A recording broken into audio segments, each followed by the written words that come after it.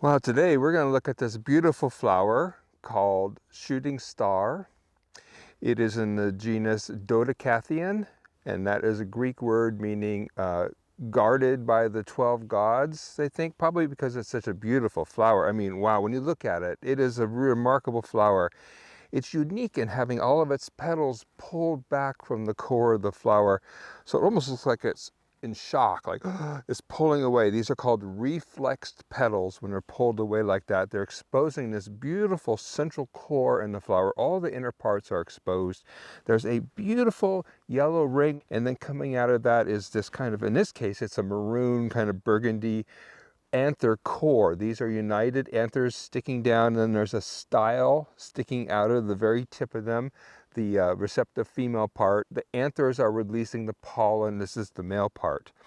The goal in this flower is to reveal and expose its pollen producing part of the flower, the anthers, and make them easily available to bumblebees. In this case, the flowers hang upside down.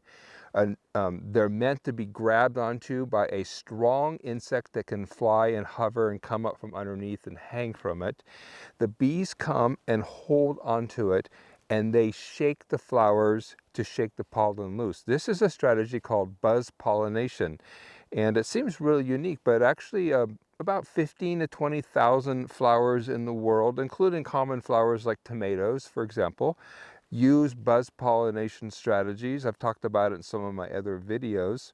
And buzz pollination is a way of only exclusively offering pollen to the few insects, in this case bumblebees, that are able to fly strong, hang upside down, grab onto the flower, and then shake loose the pollen by vibrating their wings. So in the case of bumblebees, they're uniquely suited for this task because they have the ability to uncouple their wing muscles from their actual flight of their wings.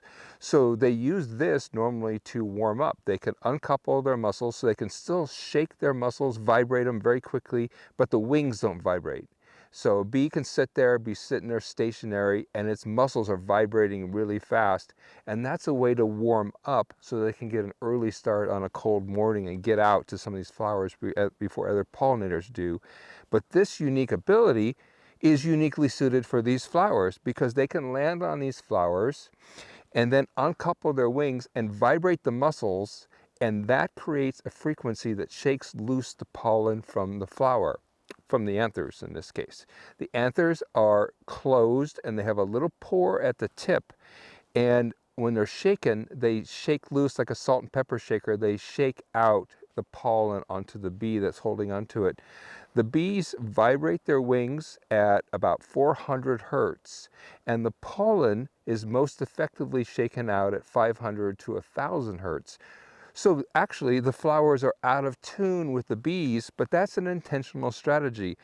When a bee comes to visit the flower, the flower doesn't want all of its pollen shaken out by one bee. So by being out of tune with the bee, only some of the pollen gets shaken out, about 10% per visit, but it leaves pollen for the next bee that comes.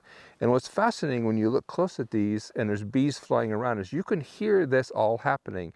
The bee will be coming along, flying along at normal sound. It'll land on the flower.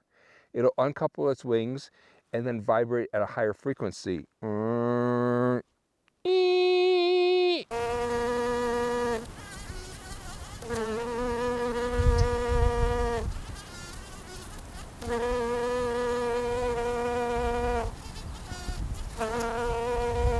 And that frequency is what's shaking loose the pollen.